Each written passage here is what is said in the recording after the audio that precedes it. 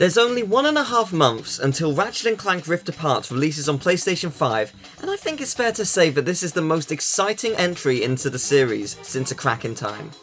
Into the Nexus is a fantastic Ratchet & Clank game, but it's short, being only 6 levels long.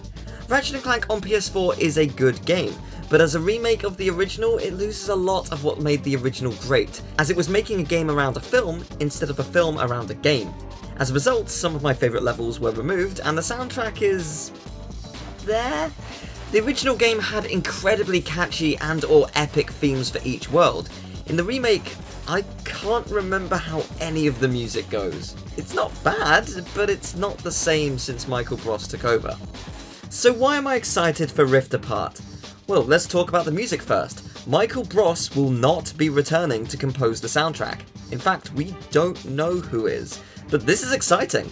I hope whoever takes on the task understands and respects the vibe each of the worlds have and creates something special for them. The premise of the game is fascinating. It's a direct sequel to Into the Nexus, and it seems that with the power of the Dimensionator malfunctioning, Nefarious is taking full advantage of this to rule over multiple realities. Ratchet and Clank get separated, and it's up to both of them to stop him from different locations. However, Clank is not alone. Clank meets a mysterious female Lombax who is currently unnamed, and I am very excited for this aspect of the game. She will wield a hammer instead of a wrench, so my wrench-only playthrough will be titled a hammer-only playthrough in some videos. The setup is simple, but there's a lot of questions left unanswered, and I'm glad for it.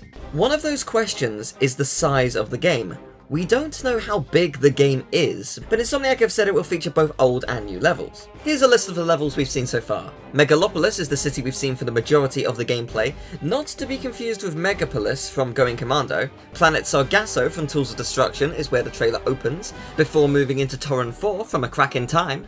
Swiftly moving on to a seemingly new dark city, then it's back to Tools of Destruction with Ardolis. On top of that, we can see sand sharks in the city from the dimensional instability, so it's possible we'll be travelling to Iridia at some point.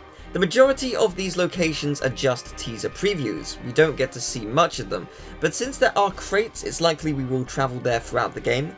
But what if we don't? What if, for example, Ardolis is just this small section we see here, and that's it? That would be really cool if there were a ton of really short callbacks throughout the game, but at this point, who knows? At the very least, the gameplay is as exciting as ever. Our foes will be the Fugsfaless crew, now renamed Goonsfaless, and of course Nefarious's minions. Though I'm sure the enemies are going to be a lot more diverse than that, seeing as we're travelling to so many different worlds. The game will run at a smooth 60 frames per second, and I suspect there will be a lot of awesome weapons, as you can expect from the franchise. Currently, we know of the Burst Pistol, which is your standard blaster, the Shatter Bomb, which seems to be like the Bomb Glove, the Topiary Sprinkler, which turns enemies into Topiary, which I absolutely adore, and the Enforcer. The Enforcer is very exciting as it works as a very powerful double-barreled shotgun that relies on the haptic triggers. Hold it slightly to fire once, but hold it down fully to fire both barrels, and the destruction it causes to the environment is just immense. There's so much going on screen in terms of effects, but there's also civilians running around, making this the most packed game in the series.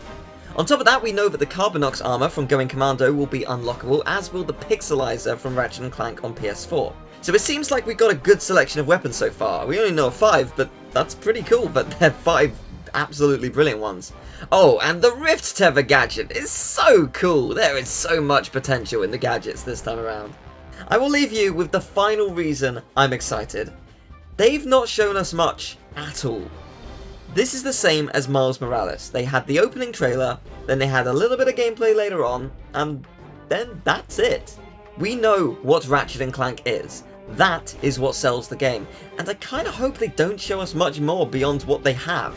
They will release a new trailer for launch, and they might get pressed to preview a section or two, but beyond that, I hope nothing new is spoiled. For the first time in 5 years, we've got a brand new Ratchet & Clank adventure that could be a revolutionary entry in this esteemed franchise. I'm confident it's going to blow me away and be an early PS5 hit, but I guess we'll find out soon. Thank you very much for watching. I hope you enjoyed the video. If you did, I'd appreciate it if you left a like, subscribe, share the video around. I also have a Twitch, a Twitter, and a Patreon if you'd like to support me and the channel. And maybe click that notification bell to see what I upload next. Eventually, it will be a Ratchet & Clank playthrough and a wrench and hammer only playthrough, so that's pretty cool. Tell me, what are you excited about most with Rift Apart? I mean, I don't know what it is I'm most excited about. It's all looking amazing. But yeah, I'd love to know your thoughts. Thank you for watching. I'll see you next time. Take care. Bye-bye.